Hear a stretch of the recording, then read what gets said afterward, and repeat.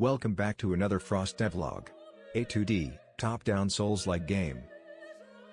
The biggest change since the last devlog is that now, we have a functioning save system.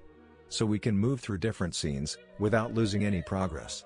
We also have multiple save slots, which is neat. Sadly there isn't much more to show here, since all of it is just code, so here's a spinning vertical rat. Anyways, to implement the save system I mainly followed Trevor Mock's How to Make a Save and Load system in Unity 2022, which covers most of the things you would need in a save system very well. There are two noteworthy things I would like to mention about the save system. The first one is that it is very cool how we create our own save data file. I mean, just look how cool that file extension looks. Not just kidding, it's just a simple JSON file. And I know what you're thinking. But isn't a JSON file really easy to manipulate, and why not decrypt it, since even the tutorial itself covers that? And to that I say, yes, I know it's easy to change. The reason I don't encrypt the file is that I think if somebody wants to manipulate the data and quote-unquote cheat, let them. The game will be a single-player experience, and they can play however they wish to. They may enhance or ruin the experience, but it is up to them. And at the end of the day, if somebody really wishes to modify the game, they will find a way to do it either way, encrypting the data or not. The other thing is that in the save system, we create a backup save. Which got me thinking, you know what would also be a great idea? Backupping the whole project. So when an unlikely yet possible scenario happens where the project goes poof, and everything disappears, we won't worry, knowing there is a backup savely stored on GitHub. Now on to some other smaller yet still important additions.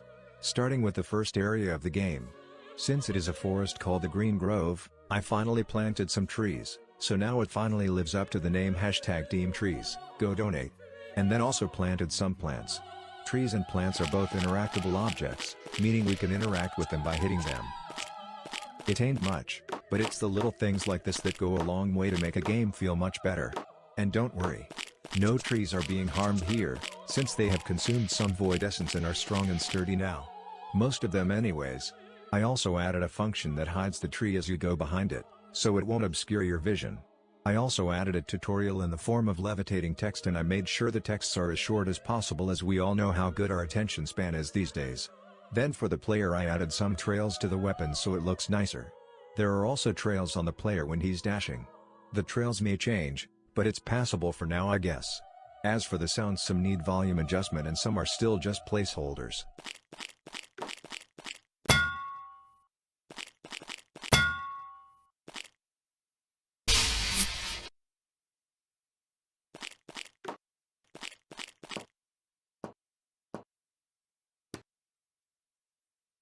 Now for the last two updates of the day, I added the ability to pick up items. When we get close to an item, a pop-up appears. Then if we click E, we receive the item. We can see what item we picked up with its name being displayed in the middle here. On the left we can see the item's icon, and on the right we have the icon of the item type. The question now is, what can we pick up? Well, everything. Including armor baby. An armor set consists of 3 pieces, headgear, chest plate and pants. So here is the rundown how armor will work. Each armor set has a certain bonus. For example, if we take a closer look at this armor here, called Aspen's armor. The armor's bonus is that it gives the player bonus movement speed. The hood and pants will give you 25%, while the chest piece will give you 50%. So all the pieces of a certain armor set give you the same bonus, but the amount of the bonus differs. And there will be no bonuses for having the full armor set, to encourage trying and mixing different armor sets.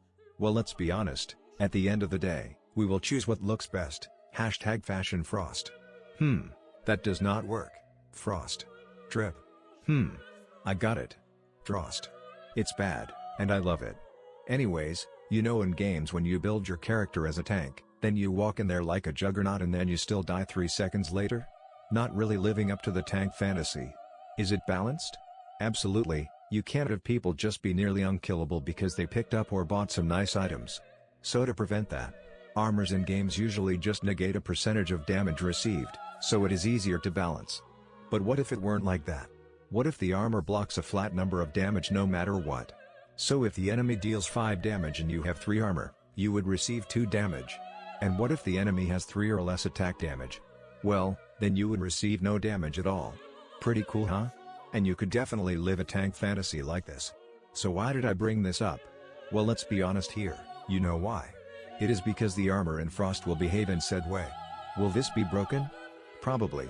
Is this a double-edged sword where the game will become boring if nothing can harm you? Also yes. But I believe there is a sweet spot and I will do my best to achieve it, and that will mainly just come down to lots of playtesting. There will also be a weight system to help with the balancing, but more on that some other time. Oh, and we can also compare items now.